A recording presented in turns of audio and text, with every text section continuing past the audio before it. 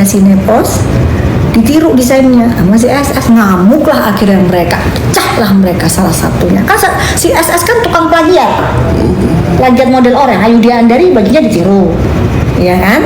Nah ini sekarang tasnya Nepos ditiru, ngamuk lah si Neposnya ya kan.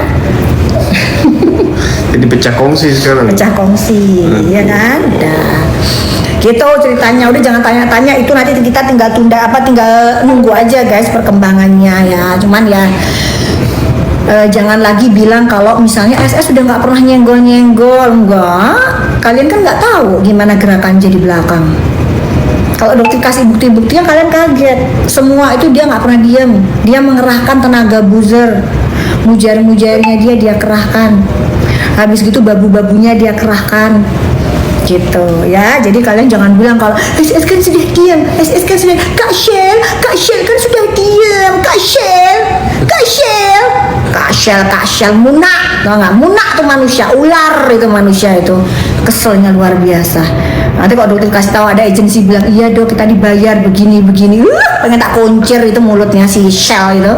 Kapan sih masuk Shell? Kesel banget tuh kalau ingetin perbuatannya dia belakangan ini. Bukannya semakin ini masih aja terus nggak akan diem kamu ya. Dokter bilang ke kamu ya SS ya, kalau kamu masih terus menyerang dokter melalui mujar dan babu-babu kamu, dokter punya banget buktinya ya, nggak akan berhenti mulutnya dokter serang kamu. Sebentar lagi produk kamu dokter keluarin lagi overclaimnya. Mau jangan bilang nanti karena nggak cair tuh, kalau gitu lagi nanti nggak cair mujar lagi. Template-nya sama tuh. Nah, template-nya sama, nggak cair, pemerasan lah, apalagi nanti nggak berubah. Udah gitu nanti produknya dokter yang 4 itu. Udah jelas perubahan reformulasi. Udah barangnya udah nggak ada. Mana barangnya mana? Buktikan barangnya. Emang ada cairan? Kalau ada cairan saya nggak dikasih. Apa ya dokter ini? Wih, bulat aja di situ. Nggak ada lagi kalian temuin. Celahnya tuh bulat aja di situ lagi. Nah, ayo ngomong, ayo kan cair. Briefingnya yang lain kek.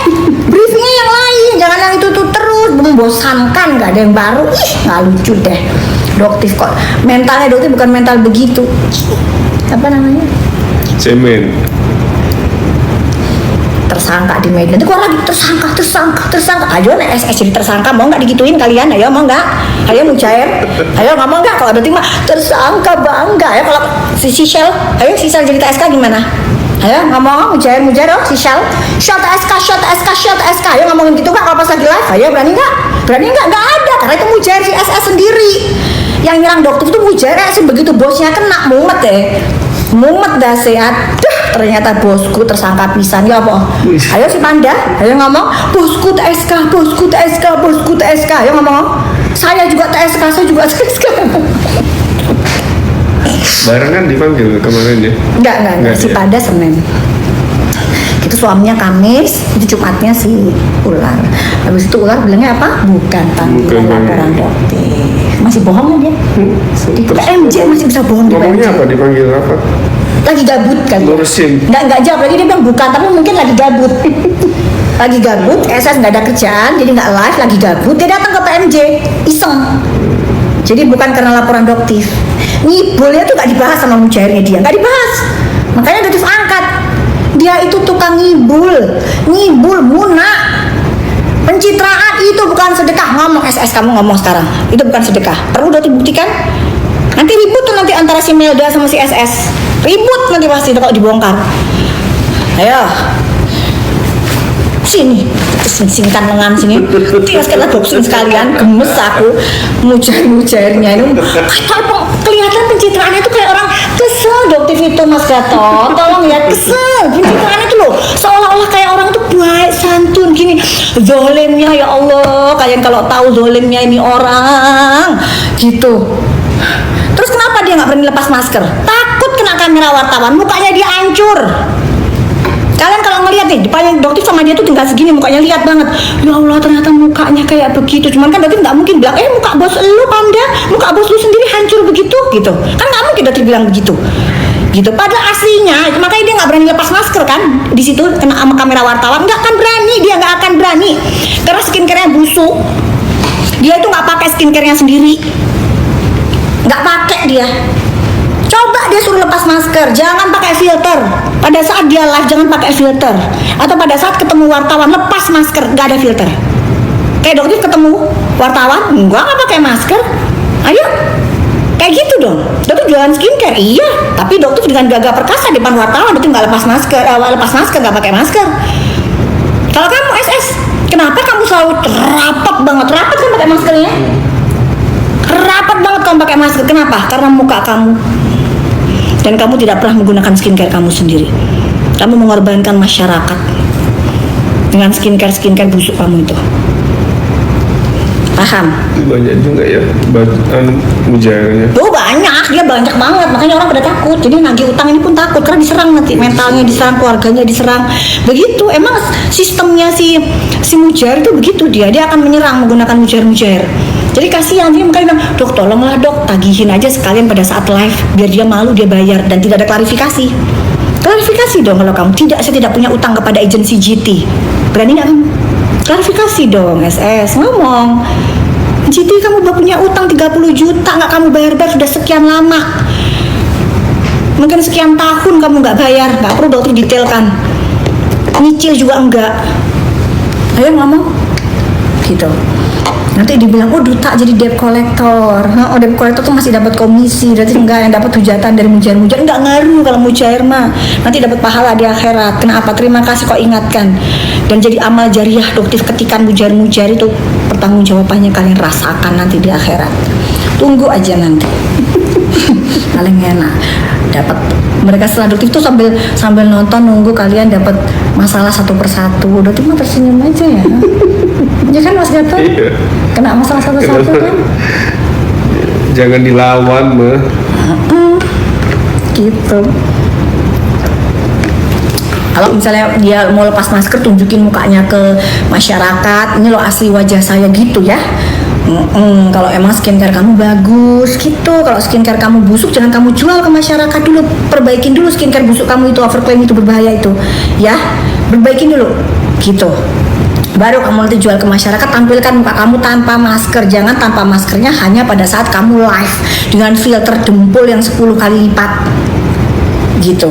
Nanti mujairnya keluar, kenapa emang masalahnya dengan filter? Kenapa masalahnya dengan filter? Nah, semuanya begitu nanti template-nya.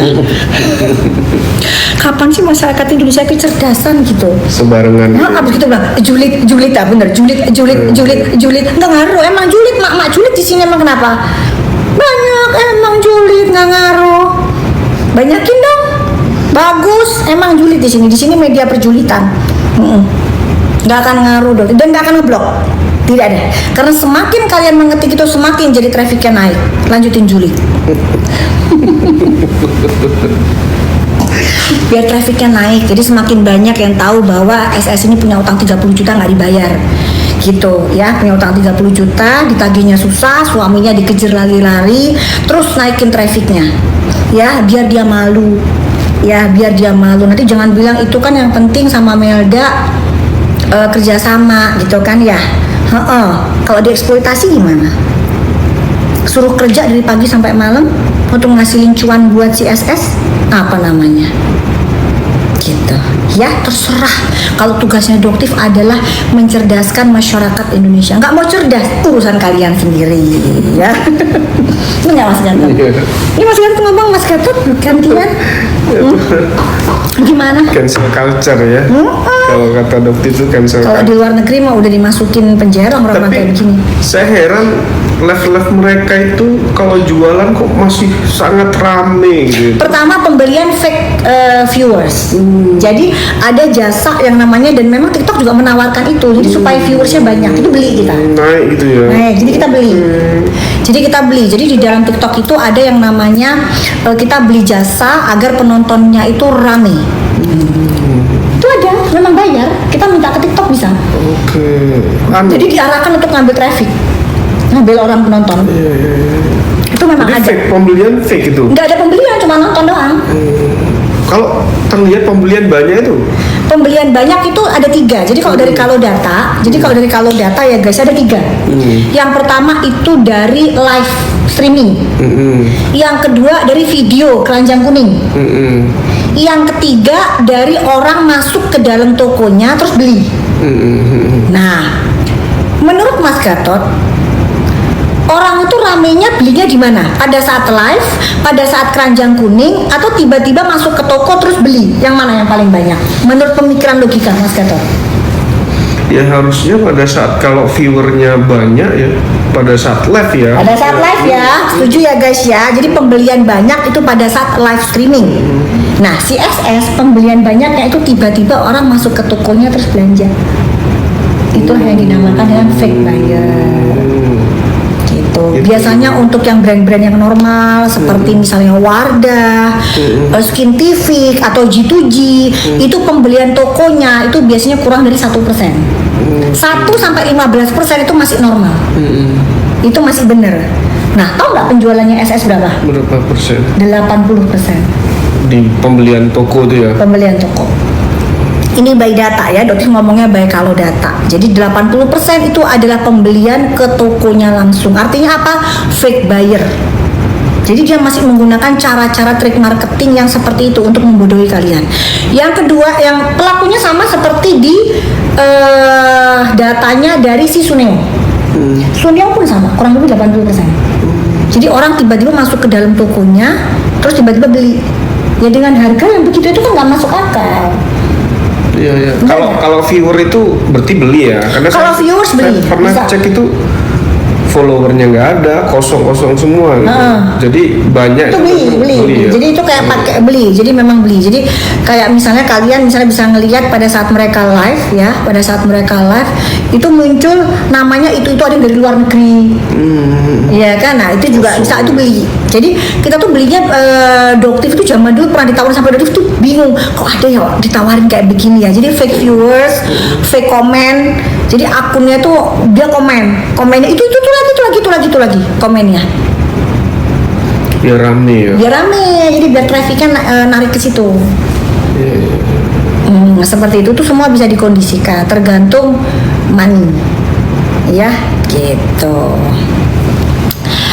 Beli di mana saya mau? Beli di mana? Nah itu dia. Ada agensi Mujair. Ada Doktif juga dapat cerita banyak dari salah satu agensi yang sudah tobat, dia dipesan sama si Begen. Oh iya. Ditunjuk Ada cerita chatnya. itu ya? Bukan ditunjukin chat dari asistennya yang inisialnya S itu. Ditunjukin, dok ini dok saya dapat pesanan untuk nyerang Doktif. Briefnya segini gitu, biayanya segini. Gitu. Emang dapat bayaran mahal kalau jarang aktif? Tergantung berapa yang digunakan, akun berapa yang digunakan. Pemesanan akun. Itu per misal 1.000. Betul. 1.000 akun berapa? 1.000 gitu akun ya? benar, betul. Makanya kita lihat dari akunnya Doktif misalnya. Itu nanti kan keluar private. Nah, itu kan itu tuh mereka tuh bayaran. Kayak robot gitu. Kayak robot. Jadi kayak robot. Mesti ke akunnya pasti private. Gitu. Ya itu sudah robot. Mereka otomatis langsung kayak begitu, otomatis. Makanya Doktif tuh bilang kalau misalnya kalian mau ngebelain pakai otak dulu, ya. Pakai otak, ngebayang pakai hati. Gimana kalau misalnya piutang itu kalian, kalau yang ngebelain itu pasti tukang ngemplang hutang, itu pasti ngebelain ular, pasti ngebelain, karena kalian nggak pengen ditagih hutangnya. Kalau Doktif kan memang pengennya dia tobat selama dia muslim ya, selama SS muslim ya, dan piutang itu minta tolong ke Doktif untuk dimintain hutangnya, membayar hutangnya, pasti Doktif ngomong masalah nanti mujairnya biarin aja, dicuekin aja, nggak akan Doktif nurutin kalian karena ini permintaan amanah. Pasti Doktif belain lah agensi GT untuk nagih utang, pasti Doktif belain. Doktif mah nggak peduli sama mujair, ngapain peduli sama mujair gitu ya, paham? Nggak akan berhenti ya. Jadi untuk kasusnya SS kalian sudah tahu ya, tetap berjalan. Kenapa kok lama karena orangnya banyak, marga satuannya banyak gitu. Tapi yang jelas ya alhamdulillah kemarin sebenarnya naik sidik sudah dari bulan Juni. Jadi kalau misalnya dia bilang baru naik sidik itu enggak ya, naik sidiknya sudah dari bulan Juni, bulan 6 kan bulan Juni kan, bulan 6 itu bulan Juni. Harusnya bentar lagi udah TSK penetapan. Jadi kalau misalnya sebentar lagi insya Allah penetapan TSK ya. Jadi jangan ngarang. Kenapa kok nggak naik? Karena Doktif nggak pernah pesen mujair. Doktif kalau pesen mujair deh 100.000 mujair untuk menaikkan berita bahwa SS sudah naik sidik. Kalau mau bisa, tapi nggak mau, dosa. Doktif nggak mau pesan-pesan begituan. Ya biarkan aja berjalan secara natural, dan ternyata terbongkar kebohongan lagi dan kebohongan lagi. Di kondisi PMJ pun dia masih terus berbohong. Belain dong Mujair, belain Mujair. Kenapa di PMJ dia bilang bukan laporan adoptif? Mulut ini kalau udah biasa berbohong akan terus berbohong. Ya, jadi SS tuh mulutnya penuh dengan kebohongan, penuh dengan ular yang bisa keluar semua, adalah bohong semua dia. Ya, jadi di PMJ itu jelas atas laporan adoptif. Begitu keluar ngeles dia, baru naik sidik. Naik sidik kan sudah lama SS dari bulan Juni, ya. Oke, paham ya SS ya, dari bulan Juni. Kebohongan apa lagi yang kau lontarkan dari mulut berbisa kamu itu? Kalian kalau tahu aslinya, gemes pengen melontir mulutnya dia tuh. Ini pasti yang punya piutang pasti alhamdulillah ya Allah, alhamdulillah ya Allah. Berarti kalau perlu punya utang saya lagi, ya Allah, utang saya lagi ke saya sampaikan lagi gitu. Cuman ya apa aduh duit dah. Ya mau utang saya lah. Apa gimana, nggak akan dokter itu sekencang ini kalau misalnya dia nggak pamer sedekah ya. Sedekah dijadikan gimmick, memuakkan itu. Dan jangan pernah gunakan trik-trik sedekah gimmick. Nanti mungkin dokter mau minta kode Denis lah, marketing dalam dunia pertiktokan. Jadi nanti dokter mau tanya, kayak sekarang gimana, bahas deh kode Denis, bagaimana marketing sekarang bergeser ke arah gimmick sedekah untuk mencari simpati masyarakat. Kalau dulu gimmick flexing ya? Dulu gimmick flexing, sekarang gimmick sedekah. Padahal inget gak kalau dalam ajaran Islam, tangan kanan ngasih, tangan kiri inget gak sembunyi? Inget gak? Ajaran agama dulu inget gak? Anak Gen Z pada paham gak? Ayo Mujairnya pada paham gak? Ya, tangan kanan ngasih, tangan kiri tuh. Ini tangan kanan ngasih ya, tangan kiri di depan, kaki kanan di depan, kaki kiri di depan, semua di depan. Kalau perlu tangannya Mas Gatot bisa kasih ke depan semua.